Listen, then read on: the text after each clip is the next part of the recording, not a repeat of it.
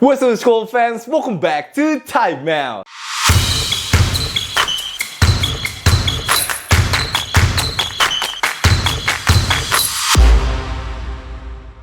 Yo, what up Time Out Gang? Dan permisi Time Out Gang, hari ini fans Clippers mau sombong terlebih dahulu karena Bradley freaking Beal is coming to our team. Oh my god.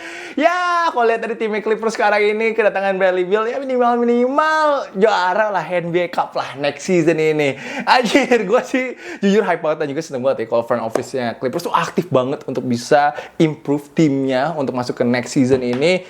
Ya dibanding front office-nya Lakers sama Warriors yang diem-diem baik. Dua tim itu bisa lah dikalahin lah sama Clippers lah next season ini. Dan kayaknya itu aja sih topik Time Out hari ini, karena gue cuma pengen pamer aja kalau tim Clippers gue makin jago gitu. Kayaknya bisa lah Western Conference Finals juga kayaknya minimal lah ya, walaupun boleh dibilang ini tim om-om, tim bapak-bapak, Uncle Nation, tapi jago guys, tetap aja. Itu aja sih openingnya dari gue. Once again, terima kasih banyak sudah menonton Time Out hari ini. Jangan lupa untuk like. Gue tunggu komentar kalian. Mau hate juga nggak apa-apa. Lu mau hate Clippers gue, lebih banyak, lebih bagus. I'm fine. Kalau kalian mau masuk Discord, klik join, daftar jadi member di tier 30.000. Kalian juga bisa tiap hari kalau mau ngecekin Clippers gue. It's fine, but I feel like my Clippers finally, man. Gue udah lama loh kayaknya nggak semangat gini masuk ke season baru. So yeah, I'm hyped. So once again, thank you so much guys.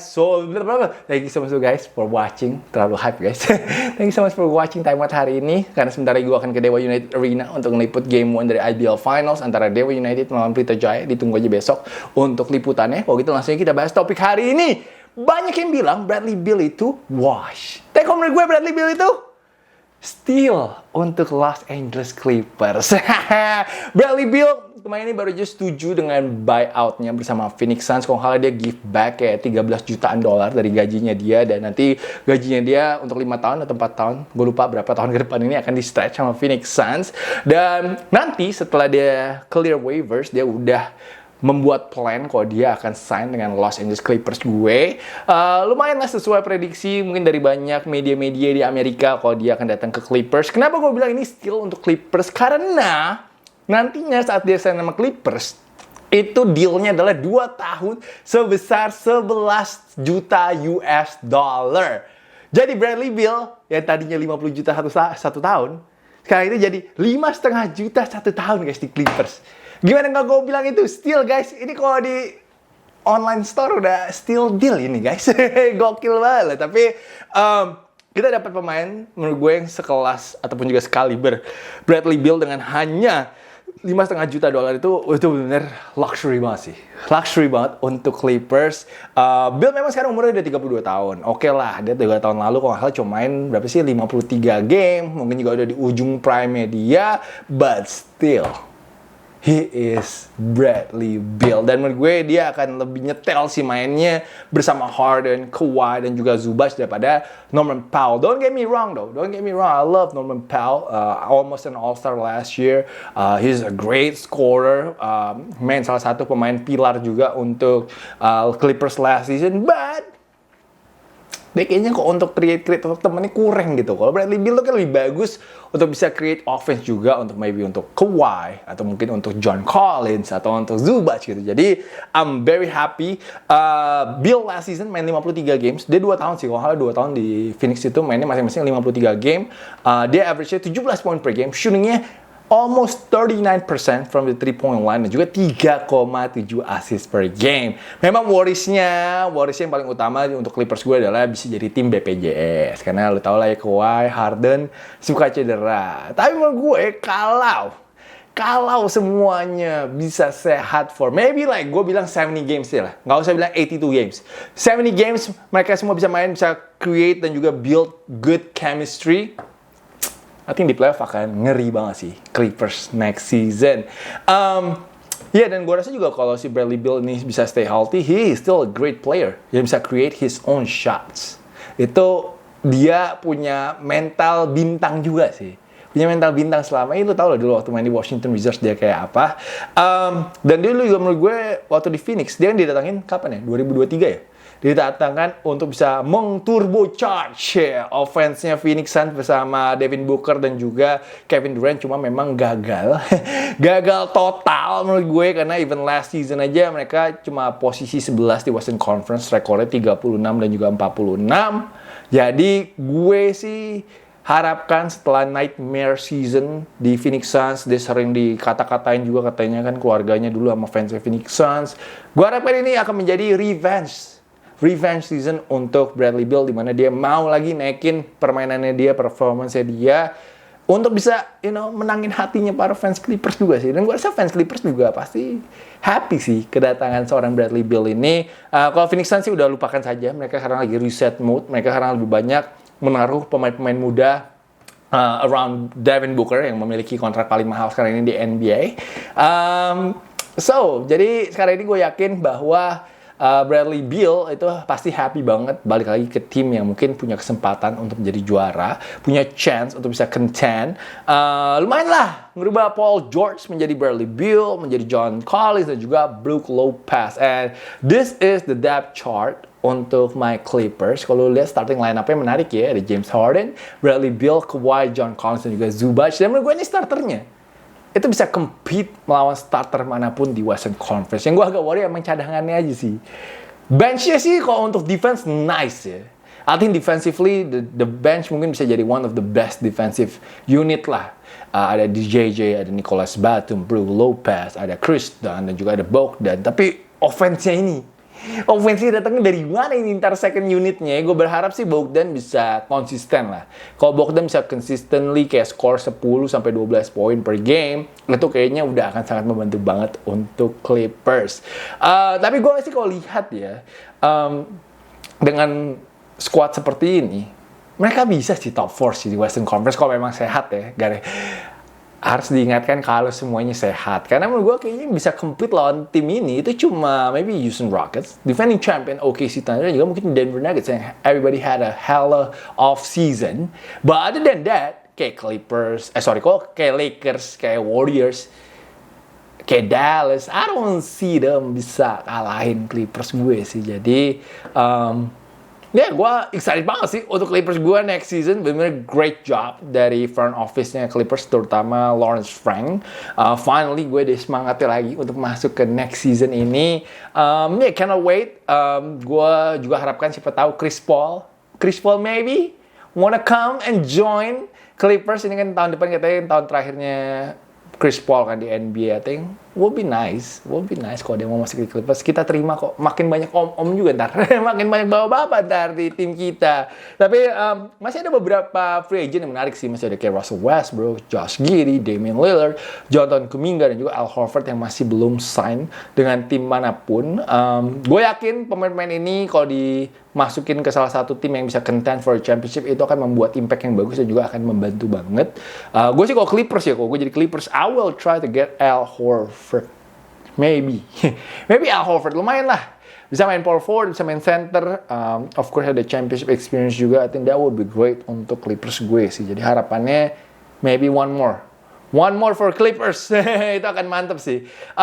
Selain itu juga ada gosip kalau New York Knicks sekarang ini mencoba untuk sign Ben Simmons.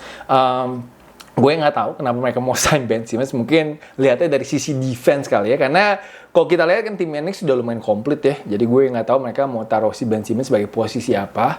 Maybe bisa aja posisi backup point guard. Maybe with size. That will be really interesting as well. But we will see nanti apakah New York Knicks jadi beneran atau enggak untuk sign si Ben Simmons ini. Jadi kayaknya itu aja sih kalau dari sisi free agent dan juga sisi Clippers gue sign Bradley Beal. Tapi NBA Summer League kayaknya juga lagi nggak banyak berita banget ya. Lagi nggak banyak berita dan juga gue nggak gitu ngikutin jujur Summer League. Gue nggak tahu sih Summer League ada yang seru apa enggak guys. You can let me know in the comment section. Tapi Tyrese Proctor hari ini drop 35 points though untuk Cavaliers. Gue nggak nyangka kalau dia bisa mencetak poin segitu banyak. Tadi dia tuh nembaknya 11 dari 24 melawan Sacramento Kings. Obviously this is gonna be very eye-opening juga untuk si Cavaliers. Gue yakin mereka juga masih mencari-cari pemain yang cocok nantinya hanya untuk menjadi backupnya Darius Garland. Kita nggak tahu juga kan nanti, walaupun mereka udah sign si Lonzo Ball, kita nggak tahu Lonzo Ball itu bisa seberapa lama stay healthy-nya. Hopefully sih bisa all 82 games, tapi pastinya kalau Tyrese Proctor bisa menjadi salah satu contributor juga dari bench Cavaliers, why not? Lalu selain itu ada Yuki Kawamura yang sekarang ini bermain di Chicago Bulls. Sedih sih, Yuki udah nggak di Memphis Grizzlies bersama Ja Morant. Tapi Yuki hari ini not bad, he was dropping dimes. Tadi ada 3 assist yang lumayan menarik saat Bulls melawan Milwaukee Bucks. Yeah man, Yuki you know lah, court visionnya always on point, very aggressive, defensively juga dia agresif banget. Jadi gue harapkan dia bisa make the team sih bersama Chicago Bulls. Yuki hari ini main 24 menit, dia mencetak 6 poin dan juga 6 assist. Dan itu harapan gue, semoga aja dia akan desain sih sama si Chicago Bulls. Apalagi Josh Giddey kan free agent, nggak tahu tuh si Josh Giddey akan balik lagi atau enggak. They just lost Lonzo Ball, so they might need a backup point guard. Siapa guard sekarang for Trey Jones maybe, I don't know. Gue nggak tahu sekarang siapa tuh starting point guard nanti di Chicago Bulls. Rookie-nya, is it a rookie? Gue belum cek sih tadi dari San Antonio Spurs, si David Jones Garcia. Gue tau rookie-nya dia Dylan Harper, lalu juga si siapa namanya Carter Bryant, yang lumayan defensive banget itu. Tapi David Jones Garcia, kok gue lihat nih lumayan konsisten dengan mencetak poinnya. Terakhir itu dia sempat mencetak 28 poin lawan Utah Jazz. Kok gue lihat kelihatannya dia akan bisa tembus sih first teamnya San Antonio Spurs next season, at least bisa masuk ke preseasonnya sih, karena I think he is the best player so far di Summer League untuk San Antonio Spurs, dan dia sangat konsisten sekali. And Mas Joyo kemarin ini I think had his best game bersama Golden State Warriors. Pas lawan Memphis dia bermain 16 menit, 4 dari 6 nembaknya, 9 poin, 5 rebound dan juga 2 block shots. Dan itu menurut gue very solid line untuk si Marquise Bolden. Kita tahu dia memang masih mencari ritmenya, masih mencari touch-nya dia. Kan dia habis out for a year, cedera Achilles. Jadi very happy, this is a big opportunity untuk dia bisa impress the Golden State Warriors front office. I think what dia bisa tunjukin, dia bisa rebound, dia bisa block, and then he can hit the open shot, even kalau bisa dominate the paint area. I think that will make si front office Warriors mungkin mikir-mikir lah. Apalagi kita tahu karena Warriors udah nggak ada Kevin Looney, right? So they only have TJD dan juga Quinton Post. So if they could add another solid big body on their team, I think itu akan sangat membantu sekali untuk bantu reboundin mungkin untuk Steph Curry, reboundin untuk Jimmy Butler next season. Jadi gue harapkan besok dia akan main lagi lawan Toronto Raptors. Gue harapkan dia bisa double digit points dan juga mungkin double digit rebounds. I think kalau he could accomplish those two things dan juga mungkin bisa dapat 2-3 blocks, I think front office-nya Warriors akan mulai memikirkan untuk kasih dia training camp invite sih. Tapi kayak sekarang ini pun juga gue cukup yakin dia akan di-invite sih ke training camp, karena yaitu not enough big bodies untuk si Golden State Warriors. So kita still wishing all the best luck untuk Marquise Bolden. So far itu aja sih. Sepi sih memang ya NBA kalau lagi off season gini. Ya untungnya sih masih ada IBL sih yang kita bisa liput, but right now itu dulu untuk timeoutnya. Nanti kalau memang ada berita yang besar lagi, seperti gue nggak tahu tuh, katanya ada teks antara siapa gue nggak tahu ya, katanya LeBron mau dikirim ke Dallas Mavericks. Ya kali deh, kayaknya nggak bakal sih menurut gue LeBron dikirim ke Dallas Mavericks. Kayaknya publik LA bisa marah sih, fans Lakers bisa marah sih kayaknya kalau LeBron di trade, karena obviously ya kita harus kasih 1 season lagi lah, at least 1 season lagi Luka and LeBron. I think let them try to work it out, dan semoga aja juga bisa membawa LeBron maybe far in the playoff again next year. So ya itu aja sih timeout dari gue hari ini. Hopefully you guys enjoy it. Gue tunggu untuk komentar kalian semua, bagaimana menurut kalian, apakah Clippers bisa akhirnya at least dapat banner NBA Cup lah, biar kita ada banner satu yang kita bisa pajang lah di Intuit Dome. Itu aja sih harapan gue. So once again, terima kasih banyak guys sudah menonton timeout hari ini. Jangan lupa untuk like, jangan lupa untuk comment, and I will see you guys again very soon. Peace out everybody.